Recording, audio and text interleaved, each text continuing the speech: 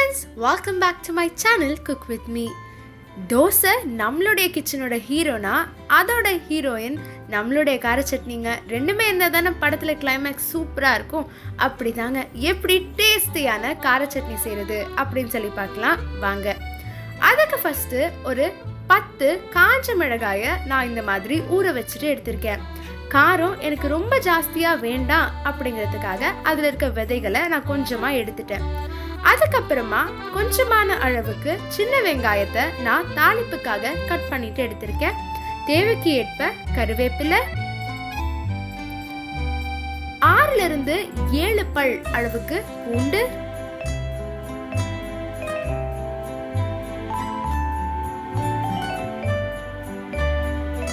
இதுல இருந்து ஒரு 4 பல் அளவுக்கான பூண்டை இடிக்கல்ல சேர்த்துக்கிறேன். இதை இங்க நம்ம நல்லா இடிச்சு வச்சுக்கலாம். இந்த கேப்ல நம்ம ஒரு மிக்சர் ஜார்ல எடுத்து வச்சிருக்கக்கூடிய பட்டை மிளகாய நம்ம இது கூட சேர்த்துக்கலாம்.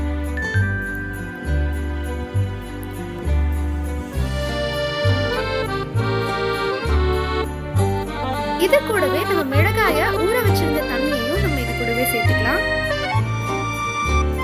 அதுக்கப்புறமா ஒரு எலுமிச்சை சைஸான புளியை நான் எடுத்து வச்சிருக்கேன். இது ஆப்ஷனல் தான், இல்லை எனக்கு புளி வேணாம் அப்படின்னா நீங்கள் இது கூட தக்காளி கூட சேர்த்துக்கலாம். நல்ல ஒரு ஃப்ளேவரே சூப்பராக இருக்கணும், டேஸ்ட்டு நல்லா ரிச்சாக இருக்கணும் அப்படிங்கிறதுக்காக நான் இது கூட புளி சேர்த்துருக்கேன்.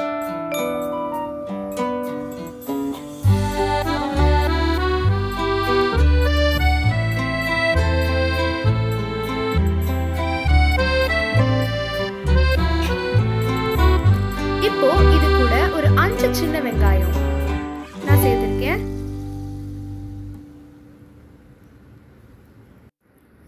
5 to 6 சின்ன வெங்காயம் கூட சேர்த்துக்கலாம், தப்பில்லை.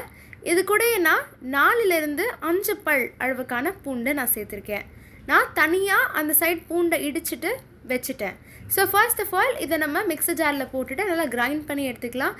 இப்போவே நீங்கள் தேவையான அளவுக்கு உப்பும் சேர்த்துக்கோங்க. இப்போ இது நம்ம போயிட்டு கிரைண்ட் பண்ணிட்டு வந்துடலாம்.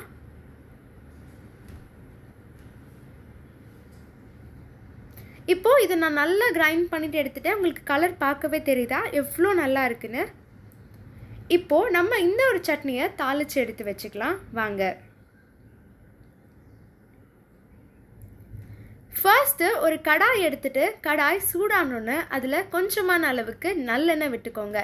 நான் யூஸ்வலாக நல்லெண்ணெய் யூஸ் பண்ணுவேன்.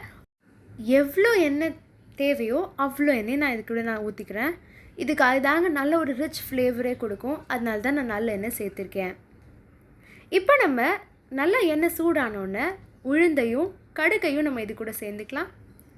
இது நல்லா பொரிஞ்சு வர வரைக்கும் நம்ம வெயிட் பண்ணுவோம்.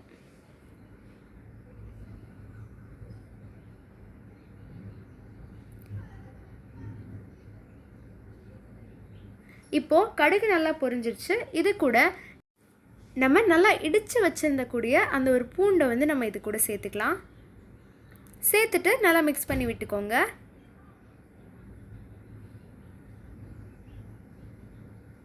இப்போ நம்ம தனியாக கட் பண்ணி வச்சுருக்கக்கூடிய தேவைக்கு ஏற்ப சின்ன வெங்காயம், அந்த சின்ன வெங்காயத்தை நான் தாளிப்புக்காக சின்ன சின்னதாக கட் பண்ணிவிட்டு இந்த எண்ணெய் கூட நான் சேர்த்துருக்கேன். இதையும் நீங்கள் ஆனியன் நல்லா கொஞ்சம் கோல்டன் ப்ரௌன் கலரில் வர்ற வரைக்கும் நீங்கள் இந்த மாதிரி எண்ணெயிலே வச்சுக்கோங்க. இப்போ நம்ம எடுத்து வச்சுருக்கக்கூடிய கருவேப்பிலை, எந்த டிஷ்லேயுமே கருவேப்பிலையை ஒதுக்கிறாதீங்க, அவ்வளோ ஹெல்த் பெனிஃபிட்ஸ் இருக்குது இதில். இப்போது இதை நம்ம நல்லா மிக்ஸ் பண்ணி விட்டுக்கலாம்.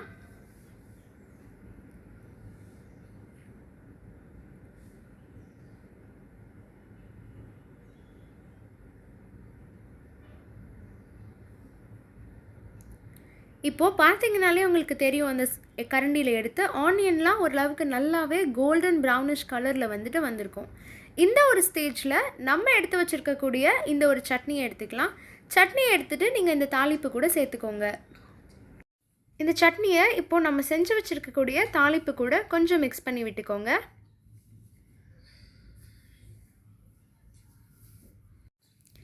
இப்போ இந்த சட்னி ஓரளவுக்கு நல்லா இந்த மாதிரி கொதிச்சு வரணும். ஏன்னா நம்ம அதில் சேர்த்துருக்கக்கூடிய மிளகாய் அதனுடைய பச்சை வாடை எல்லாமே போகணும்.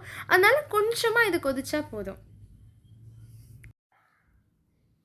கொஞ்ச நேரம் நம்ம இந்த கார சட்னியை இப்படியே நல்லா மிக்ஸ் பண்ணி விட்டுட்டே இருக்கலாம். இது தோசை கூட நல்ல ஒரு ஃப்ளேவரை கொடுக்குங்க இந்த கார சட்னி. ஏன் விட்டால் 7லேருந்து 8 தோசை கூட சாப்பிட்ருவாங்க. அந்த அளவுக்கு இந்த ஒரு கார சட்னி நல்ல ஒரு டேஸ்ட்டாக இருக்கும். இதை நல்லா மிக்ஸ் பண்ணி விட்டுட்டே இருங்க. கார சட்னி நல்லா கொதிச்சு வந்ததுக்கப்புறமா நம்ம தோசையை கூட இதை சர்வ் பண்ணலாம்.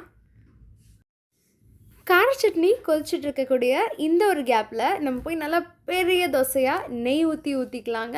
நெய்யை மிஸ் பண்ணிடாதீங்க. தோசையில் நல்ல ஒரு டேஸ்ட்டாக இருக்குங்க. கார சட்னி கூட நல்லா கிறிஸ்பியாக மொறுன்னு தோசை ஊற்றி எடுத்துக்கோங்க. இது கூட நம்மளுடைய கார சட்னியை வச்சு சர்வ் பண்ணால் சூப்பரான ஒரு டேஸ்ட்டில் இருக்கும் உங்களுக்கு. நான் கார சட்னி நல்லா கொதிச்சு வந்துடுச்சு. நான் இப்போ தோசை கூட இதை நான் சர்வ் பண்ண போகிறேன். அவ்வளோதாங்க, எல்லாரும் விரும்பி சாப்பிடக்கூடிய டேஸ்டியான தோசை வித் கார சட்னி ரெடி ஆயிடுச்சு.